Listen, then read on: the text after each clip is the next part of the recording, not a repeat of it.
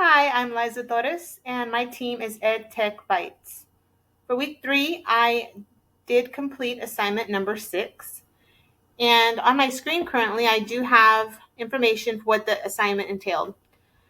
2 topics, which were an introduction of learning analytics and on-site and virtual project management. I dove a little bit deeper into each topic after looking at the items provided in each of these links, and I did create 2 different outlines explaining what I learned with the information. I'm going to get started with the first one, which is the on-site versus virtual project management. So as I researched, I learned about the different pros and cons that were associated with each. When we learn about project management that's on-site, there's a lot of good qualities about that. We are able to have more interaction with people. We are face-to-face collaborating, and you have immediate answers and resources to different tools. Some of the cons of working on site is that you do have less flexibility.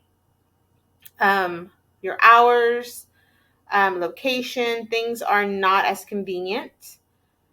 There is a potential for higher office-related costs like rent and utilities. So you do have to pay to have your employees go to a different location so we can all work together. When you have, as far as career development goes, when you're on site, you have greater opportunities for networking because you're actually able to go to those events and you're able to greet people and interact with them. You have hands-on experience with immediate feedback from colleagues.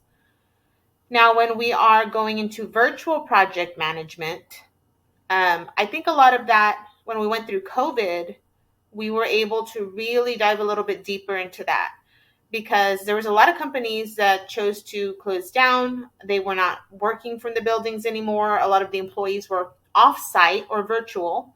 And so many of the meetings were held via Zoom or Teams or whatever software the company had. And I think that companies realized that they were saving money. They weren't having to provide an office building, so they didn't have to pay for that. They didn't have to pay for a light bill. They didn't have to pay for any of the costs associated with maintaining a building for employees.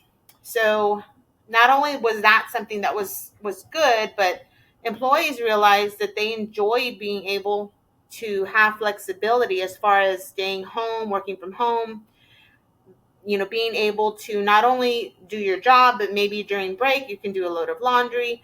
So there's a lot more flexibility, and it's a lot more friendly with family time. So you see your family more, whereas we spend a lot of time on the road when we travel. So work-life balance is greatly improved.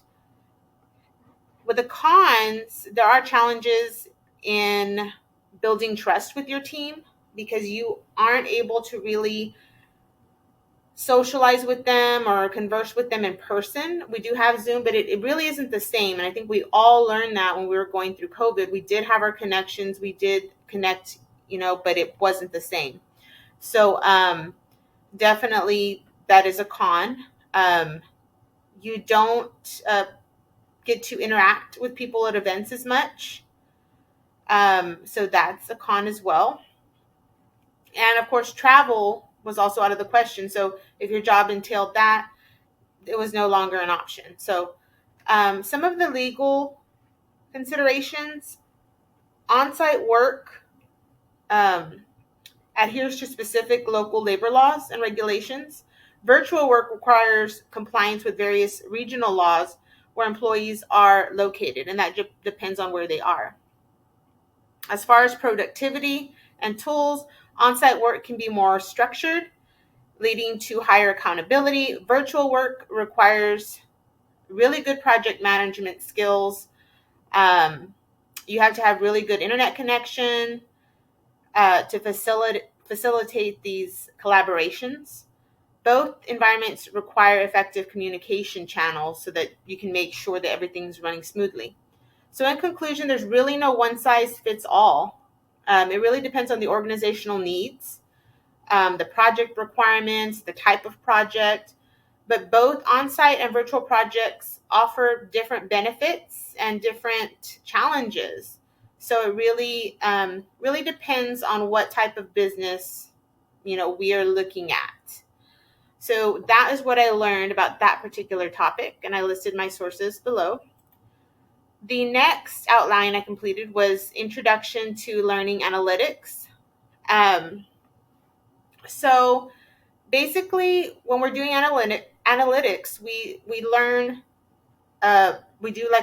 we analyze everything to gather data and see how we can improve things or what outcomes might be. So what's important about learning analytics is improving on outcomes. During my artifact or my project that I'm going to present you on my second video, I am going over a project that I created, which was a training for medical emergency training for the dental professional. And it's important to look at everything because I did have an ROI portfolio to complete. And with that, I'm supposed to see what these outcomes will be. So I need to make sure that I enhance educational outcomes. Am I covering all the bases with what I'm teaching? I need to make sure that I'm improving performance. I need to be sure my students are making informed decisions. So when we're doing these activities, is that happening? As far as data collection, it involves gathering data from various sources. So learning management systems like Canvas or Blackboard, also student interaction and student feedback. Analysis of the data, so techniques like predictive analytics and sometimes quizzing. You can grab not only students' attention, but you can kind of find out what they learned. Applications and instructional design, you create personalized learning. It tailors the experience to the individual needs, and you can adjust content delivery in real time to match the learner progress. Challenges and considerations, data privacy, ensuring that security and privacy of student data is occurring. Implementation barriers, addressing technical and institutional challenges and integrating learning analytics. So basically, there's a lot of different important components associated with it. But there are potential advancements and continued importance of learning analytics in education. If we don't learn what's going wrong, we can't correct it and make things right. So it is important to be sure we're gathering this information. So I'm going to stop sharing my screen. That is what I learned completing assignment number 6 this week. I hope that you enjoyed my video, and I will see you again next time.